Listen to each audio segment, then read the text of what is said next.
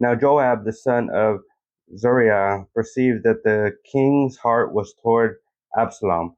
And Joab sent to Tekoah, and fetched thence a wise woman, and said unto her, I pray thee, feign thyself to be a mourner, and put on now mourning apparel, and anoint not thyself with oil, but be as a woman that had a long time mourned for the dead, and come to the king, and speak on this manner unto him. So Joab put the words in her mouth, and when the woman of Tekoah spake to the king, she fell on her face to the ground, and did obeisance, and said, Help, O king. And the king said unto her, What aileth thee? And she answered, I am indeed a widow woman, and mine husband is dead. And thy handmaid had two sons, and they two strove together in the field, and there was none to part them, but the one smote the other, and slew him. And behold, the whole family is risen against thine handmaid. And they said, Deliver him that smote his brother, that we may kill him, for the life of his brother whom he slew, and we will destroy the heir also. And so they shall quench my coal which is left, and shall not leave to my husband neither name nor remainder upon the earth. And the king said unto the woman, Go to thine house, and I will give charge concerning thee. And the woman of Tekoah said unto the king, My lord, O king, the iniquity be on me and on my father's house, and the king and his throne be guiltless. And the king said, Whosoever saith aught unto thee, bring him to me, and he shall not touch thee any more. Then she said, I pray thee, let the king remember the Lord thy God, that thou wouldst not suffer the revengers of blood to destroy any more, lest they destroy my son. And he said, As the Lord liveth, there shall not one hair of thy son fall to the earth. Then the woman said, Let thine handmaid, I pray thee, speak one word unto my lord the king. And he said, Say on. And the woman said, Wherefore then hast thou thought such a thing against the people of God? For the king doth speak this thing as one which is faulty, in that the king doth not fetch home again his banished.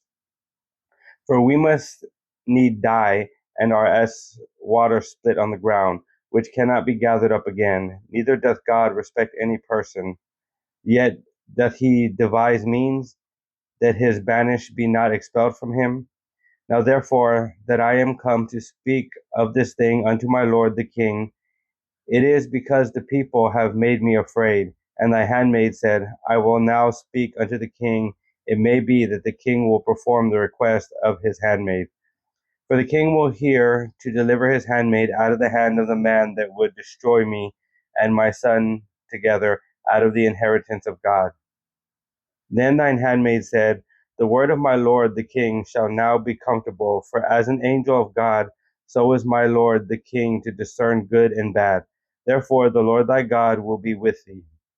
Then the king answered and said unto the woman, Hide not from me, I pray thee, the thing that I shall ask thee. And the woman said, Let my lord the king now speak. And the king said, Is not the hand of Joab with thee in all this? And the woman answered and said, As thy soul liveth, my lord the king, none can turn to the right hand or to the left from aught that my lord the king hath spoken. For thy servant Joab he bade me, and he put all these words in the mouth of thine handmaid. To fetch about this form of hate of speech hath thy servant Joab done this thing, and my Lord is wise according to the wisdom of an angel of God, to know all the things that are in the earth. And the king said unto Joab, Behold, now I have done this thing. Go therefore, bring the young man Absalom again. And Joab fell to the ground on his face, and bowed himself, and thanked the king. And Joab said, Today thy servant knoweth that I have found grace in thy sight, my lord, O king, in that the king hath fulfilled the request of his servant. So Joab arose and went to Geshur, and brought Absalom to Jerusalem. And the king said, Let him turn to his own house, and let him not see my face. So Absalom returned to his own house, and saw not the king's face. But in all Israel there was none to be so much praised as Absalom for his beauty, from the sole of his foot even to the crown of his head, there was no blemish in him. And when he pulled his head, for it was at every year's end that he pulled it, because the hair was heavy on him, therefore he pulled it. He weighed the hair of his head at 200 shekels after the king's weight. And unto Absalom there were born 3 sons and 1 daughter, whose name was Tamar. She was a woman of a fair countenance. So Absalom dwelt 2 full years in Jerusalem, and saw not the king's face. Therefore Absalom sent for Joab to have sent him to the king, but he would not come to him. And when he sent again the second time, he would not come. Therefore he said unto his servants, See, Joab's field is near mine, and he hath barley there. Go and set it on fire. And Absalom's servants set the field on fire.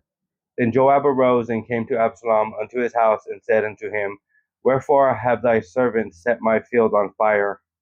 And Absalom answered Joab, Behold, I sent unto thee, saying, Come hither, that I may send thee to the king to say, Wherefore am I come from Geshur?